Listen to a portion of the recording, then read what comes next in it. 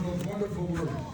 Write this in your notes. When you speak from your heart, you cannot make a mistake. You should always be prepared to talk, but don't ever forget to speak from your heart. Always learn to speak from your heart. Man, do you know that Eric and Sandra, first of all, do you ever notice there's a cross in GFI? Did you know Sandra was looking for the perfect one, and then it went by, and she went, what was that? And she saw that on there. And, you know, for them to trademark faith, family, finance, fitness, and fun, you know, that's not a popular thing to do. To say you stand for faith. We don't stand for religion. We stand for faith. Remember, faith is the exact opposite of fear.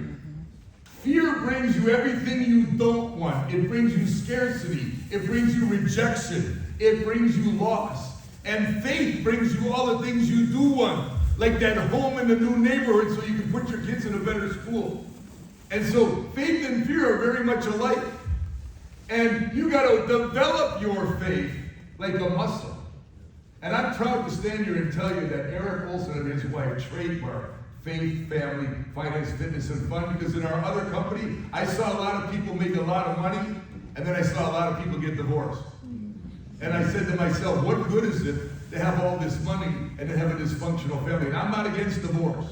I'm just saying, for me and my wife, when we got married 50 years ago, we made a covenant. And we've been married for 50 years. And a covenant means till death do we part. And I hope that's what you're going to do too. Now, remember this. All this talk about money, all this talk about EMD, all this talk about the Builders Club means nothing if you don't have the identity to make that kind of income. You can't out-earn your identity. Are you with me? So it doesn't matter what we sell here if you don't raise your own identity. And you all know that I was a postal worker for 15 years on third shift, and I made how much my fifth year? $22,000. Why? Because I had a freaking low identity. But if I can change my identity, so can you. You know, Chris Harbaugh, he brings in a brand new guy, his name's Josh. And I already know that Josh has got a high identity. So I already know, I do my homework. I ask people, who's this new guy you're bringing? He starts telling me about him, and so I already know he'll probably make $1 or $2 million in his first year here because he's got a high identity. So you should be looking for high identity people too. Now I want you to see how I raise my identity. Can you put that person up there, Wilson? I hope I don't have to use the clicker because I cannot do two things at once, and everyone on the board knows this about. That's not the first one. It's the red one. Please don't. Now this is something Art Williams taught me almost my first week in the business. That your subconscious, you can point it at whatever you want and you can have what you want. Guess what the subconscious actually is? It's your human spirit. Do you know why they don't say that in books? Because nobody would buy a book. So they got to call it your subconscious. But I'm telling you right now, what connects you to God is your human spirit. And so you can take your human spirit and you can point it at anything. But when you have fear of rejection, you're pointing it at rejection and you keep getting rejection. If you have scarcity, then you're pointing it at scarcity, and every time you don't have enough money in your checking account. So you see what I mean? You got to start thinking about the things that you want. Now, our soul is made up of three things. All of our thoughts, which is our conscious mind, and our subconscious mind. And some of you are going to learn something new today. You know what your subconscious mind is? It's your nervous system. Do you see why you can feel great, and then about noon, you tell your kids, you're making me sick to my stomach? You know what you say? You know what you do? You make yourself sick to your stomach. Now put that next one up there. Your conscious mind is everything that we know. Are you with me? Yes. But that's only 5% of your thoughts. So you're conscious of 5% of your thoughts, but the other 5% are what? Your subconscious. And guess what your subconscious is? Exactly who you are. Your identity. So one thing you got to quit doing is seeing yourself the way you see yourself today, because that's not the real you. That's the you that your parents saw when you were young. Do you know a lot of us pick up negative emotional addictions when we were from 0 to 7? There's a saying, you give me a child from 0 to 7, I'll show you the man, I'll show you the woman. Why? Because all of our beliefs are made by the time we're 7. So if your father, if I was your father, you say, Dad, can I get a bike like my friend? I said, and I just had to buy a refrigerator. I say, we can't afford a bike. What do you mean a bike? Now he goes to his room, you know what he thinks? I don't deserve a bike. And that becomes a limiting belief. Do you see now where some of this stuff comes from? So to get rid of all that trauma that's in there, and we all got this trauma in there. And so your subconscious mind, you're going to have to look at yourself differently. Now the next one is the slide that changed my life when I figured it out. Now put that next one up for me, Wilson. Are you grateful for Wilson back here always being on time? All right. Now look, your conscious mind is all the words that you say. And your subconscious is like the hidden part. And so your subconscious is your programmer. And I told you the other night, if you say, I'm a great father, your mind's going to say, no, you're not. Well, you better tell your mind to start shutting up. Don't listen to your mind. It's lying to you. It's all those years. Now, are you a perfect father? No. I'm a great mother. As soon as you say that, your subconscious starts to work on becoming a better mother. But when you say things like, I'm shy, you just become shyer. When you say things like, my first appointment I'm great at, but my closing appointment I suck at, well, I don't want to even talk to you. No, but can you see the things that we're saying are what's hurting us? Because everything you say out of your mouth immediately goes in your subconscious. So your programmer is your conscious mind. I'll prove to you you're on autopilot 90% of the day. Because when you drive home from here, if you're from Nashville, you'll say to yourself, I never saw the bank. I never saw the McDonald's. Why? Because you were thinking about not coming on stage and getting some recognition, and so you're upset. And you drove all the way home, and guess who was driving your car? Your subconscious mind was driving your car. Now, you're in a coma.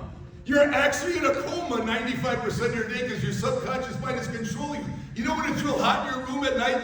How do you throw the blankets off in the middle of the night? It's not you consciously doing it, you're subconsciously doing it. And so when do you come out of your coma? Here you are driving down the freeway in Nashville, and then you got the family with you, and then all of a sudden another car comes in front of you, but you're still unconsciously driving, and then that person hits the brakes, and then you slam on the brakes, and what's the family say to you? Hey, wake up there! Pay attention. Do you know what happened? You got pulled out of your coma.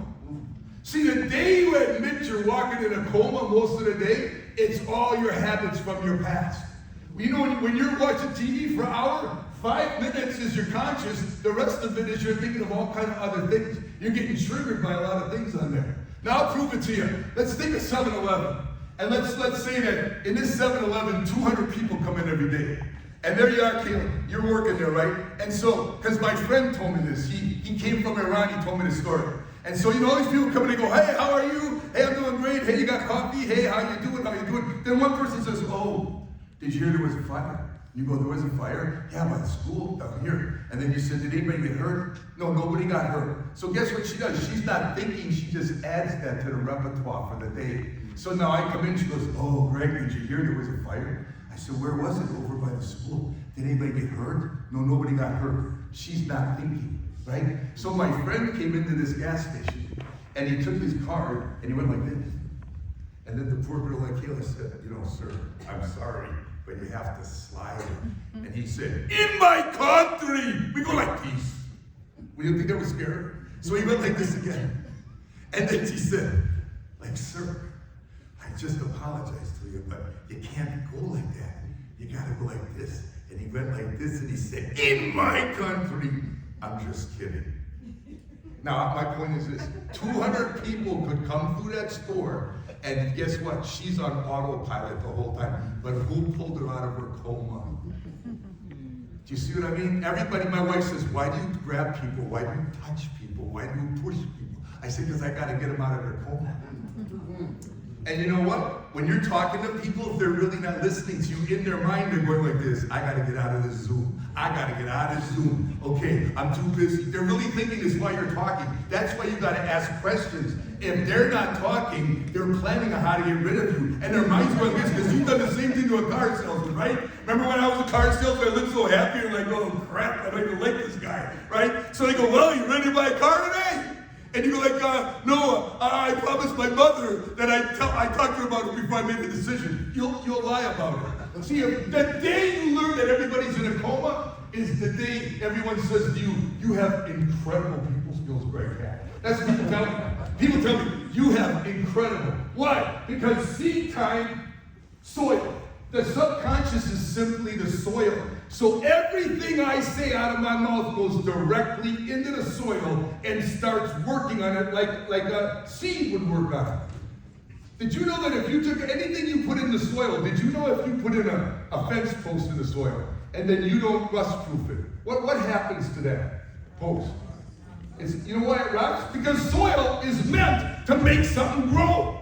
So when you put in there an oak tree seed, it starts to go like this and it builds it up. And when you put a post in there, it just keeps trying to make it grow and it rusted. So there's seed time and there's harvest time, and every word out of our mouth is a seed. Every one of them.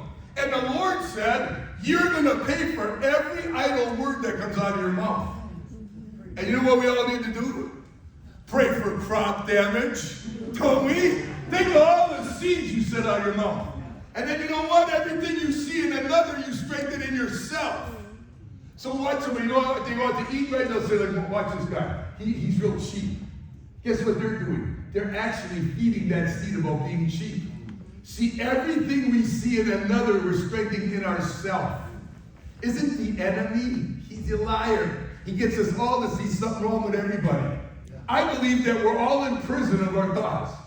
But you know what? We think we're the guard of the prison because as goofy as we are, we can see something wrong with everybody else. Isn't that amazing? Think about your family right now. They all think they're right. Everyone in your family thinks they're right. We're all programmed to think we're right. And at the same time, we're in prison to our thoughts. And you get 60,000 thoughts a day. And most of them you don't even know. And so when you start realizing this, that you've got to start speaking affirmations out of your mouth into your heart if you want to change. Because there's too much money on the line. Some of you are going to get $1 million check. There's going to be thousands of people getting $1 million pop check. Some of you are going to get a $10 million check.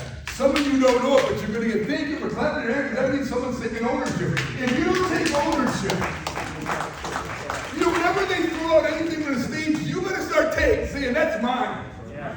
You know why I like going to black churches? Because when I get up and talk, they go again, that's right! And when I'm in front of a white church, they go like this. Why is that? What did they teach the black people early in their life? I love it when I'm up there talking about black church. Like, you got it! You got it! He's not wrong.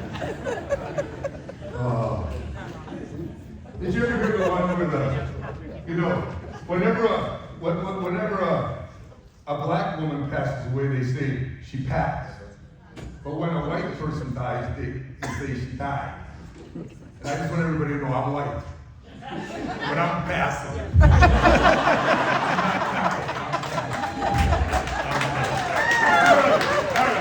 Now, this whole club, this whole Builders Club, is what made my entire career. I want you to know how important it was. It was instituted back in the 90s. And then my whole team, we started focusing on, and then I became a legend in the other company because I finally found something to focus in on. And so I'm just telling you in my life, I'm not here to talk about that right now. Because I'm going to finish now and then I'm going to bring up the most important person you're going to hear. Remember this. Remember I said yesterday, you got to learn how to sell the dream?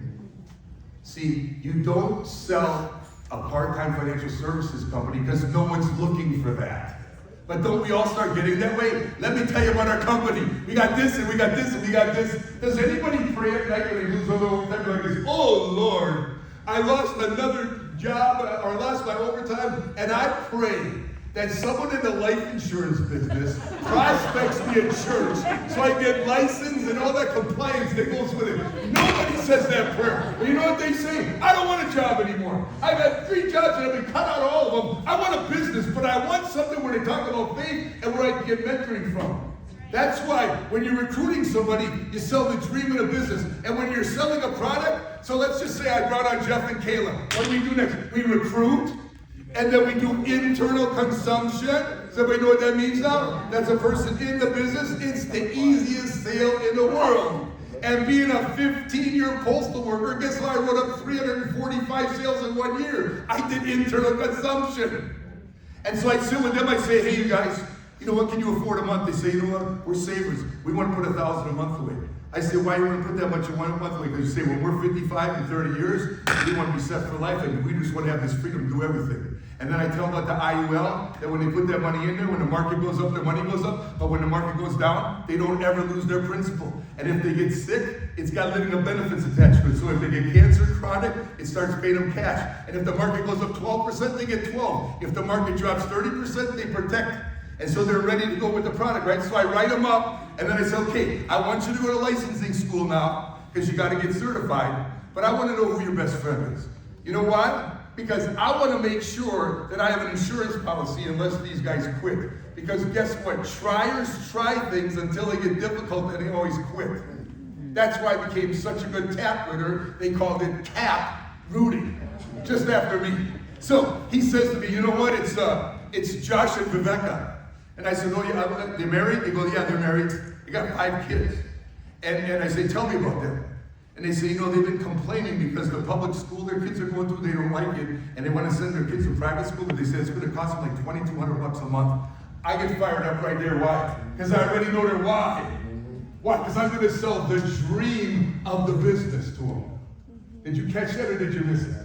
I already know I'm going to be able to see. That's why you got to do your homework, right? So now we get on a Zoom together, and I say to them, I know you're their best friend. Isn't that a great thing to say? I say it like 10 times. I know you're their best friend. I know you want to help them out. And you can do it doing spare time referrals from your home. Do you know at that moment, they're already a little in already because I didn't ask them to buy anything or to get into anything yet. So I want them to be mentally thinking good instead of when you first start in the business saying, well, we have a business opportunity. So I just say that to them, and then I say to them, do you know if you start finding out about what we do in our business and you start referring 1 or 2 or 3 clients a month, you could make 2, 3, 4,000 a month in your spare time. And they go like, and I say, what would you do with that money? And then they both look at me like, right? Like the sky opened and the moon appeared. And they say, you know, actually, and they tell me exactly what they want. And they think I'm a genius. Or I have some kind of spiritual powers. No, I just did my homework. And then I look them in the eye and I tell them, you follow the system just like Jeff and Kayla are doing, and I'm promising you we're going to put those kids in St. Mike's. See, I didn't even know the name of the school. See, no one thinks I'm a technical person, but I'm technical about dream selling. And when I say that to them, their heart gets so warmed up, they're just like, where did this guy come from? Do you see what I'm saying? Does that make sense to anybody? So learn how to sell the dream of the product and learn how to sell the dream of the business, and you're going to make millions and millions of dollars. Are you with me now? All right. Now it is my honor and my extreme privilege. We're going to close out this meeting with the best close you've ever had. And I want you, when you listen to this man talk, I want you to imagine it's the last time Eric Olson ever speaks to you. I want you to take notes. Like you see, too much of your problem is you keep thinking you're going to see him again. You've got to start acting like this is the last time you're going to hear him speak, and you're going to do whatever he tells you to do. Nobody knows this man like I do, other than his wife. Nobody knows this man like I do. Nobody knows how much he cares about people. Do you know when Matt Welsh got screwed by our past company? See, our past company started taking people they didn't like and finding reasons to get rid of them. And when they got rid of Matt Welsh, he called the man every day. Every day he called and said, hang in there, something's going to happen. When he tried to do the same thing to Tavares Dove, he said, listen, I got something coming. All I know is something's coming. And you know what I did? When a company tried to take half my income away from me, he said, Greg, listen, if I did start something new, what would you do? I said, I already prayed about it. I'm coming with you. You understand this is how this man spent the last 23 years taking care of everybody. And because our previous company didn't do it, and we're not upset with our previous company, we all learned how to get where we did in this company. But he knew the only way that the people would be free, the only way that people would have ownership, the only way people would have that technology was he's going to have to take it on his back, and he's taking it on his back. You know, he doesn't want me to say this. He's put $21 billion of his own dollars in here. But some of you got to start thinking, you put money in this thing. Does that make sense? Yes, sir. All right. Can I please hear the greatest ovation you ever had for our CEO, the founder of